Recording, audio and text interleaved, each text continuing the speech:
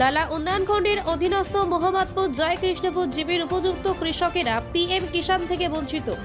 এ নিয়ে সরব বিশিষ্ট সমাজসেবী আবু সালিম লস্কর, বাহারুল ইসলাম তাপাতার ওরফে রেন্টু, জহিরুল ইসলাম লস্কর ওরফে বাবলু, আসাদুল্লাহ লস্কর সহ অন্যান্যরা বুধবার বিকালে এক সাংবাদিক সম্মেলন করে তারা জানান, কৃষি বিভাগের তরফ থেকে পাটোয়ারির মাধ্যমে ভেরিফিকেশন করা হয়েছে। লালা সার্কেলে পাটোয়ারি দীপালয় দাস লিস্টে যাদের নাম এসেছে তাদের ঘরে ঘরে গিয়ে ডকুমেন্ট ভেরিফিকেশন করে উপযুক্ত যারা তাদের লিস্ট জমা দিয়েছেন বিভাগীয় আধিকারিকদের কাছে। বর্তমানে কৃষকেরা অনলাইন চেক করে দেখতে পাচ্ছেন অ্যাজ পার সব অ্যান্ড গাইডলাইন অনুযায়ী রিজেক্ট করা হয়েছে। সাংবাদিক সম্মেলনে ওনারা জেলা শাসক মহোদয়ের দৃষ্টি আকর্ষণ করে অতি সত্বর উপযুক্ত তদন্ত করে বিহিত ব্যবস্থা গ্রহণ করার জন্য দাবি তোলেন।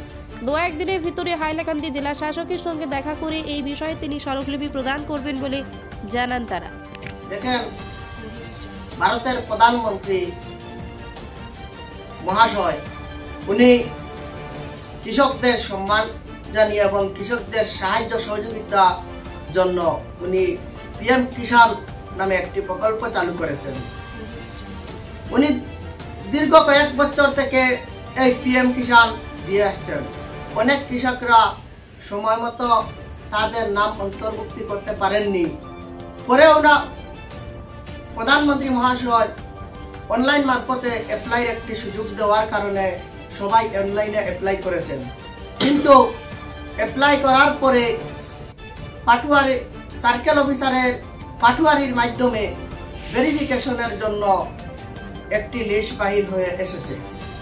লিস্ট বাহির হওয়ার পর যাহারা বেনিফিশিয়ারি ছিলেন ওনারা পাটোয়ারির কাছে উপযুক্ত ডকুমেন্ট দিয়েছেন এবং পাটোয়ারি মহাশয় ওনাদের যাহারা যোগ্য বিবেচিত হয়েছেন পাটোয়ারি মহাশয় ওনাদেরকে যোগ্য এলিজিবল লিখে দিয়েছেন রিমার্ক কলামে।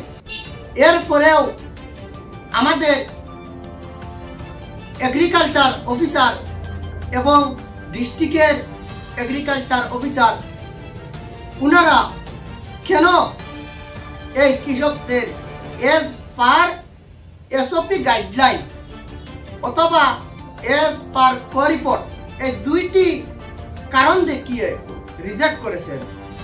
আমি বলতে চাচ্ছি এক কথা, যদি পাটোয়ারি মহাশয় ভেরিফিকেশন করে যোগ্য লিখে দেওয়ার পরেও কেন ওনারা রিজেক্ট করেছেন এজ পার এসওপি গাইডলাইন অথবা এজ পার রিপোর্ট।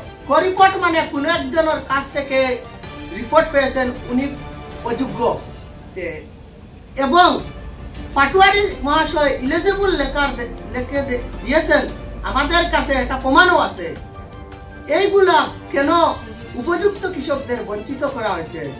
এই যেসব কৃষকদের উপযুক্ত কৃষকদের পিএম কিষাণ থেকে বঞ্চিত করা হয়েছে, দেখেন অনলাইনে একবার একজনে যদি অ্যাপ্লাই করার পর যদি কৃষি ভাতাটা রিজেক্ট হয়ে যায় তাহলে এই না দ্বিতীয়বার কোনো অ্যাপ্লাই করার সুযোগ পাননি।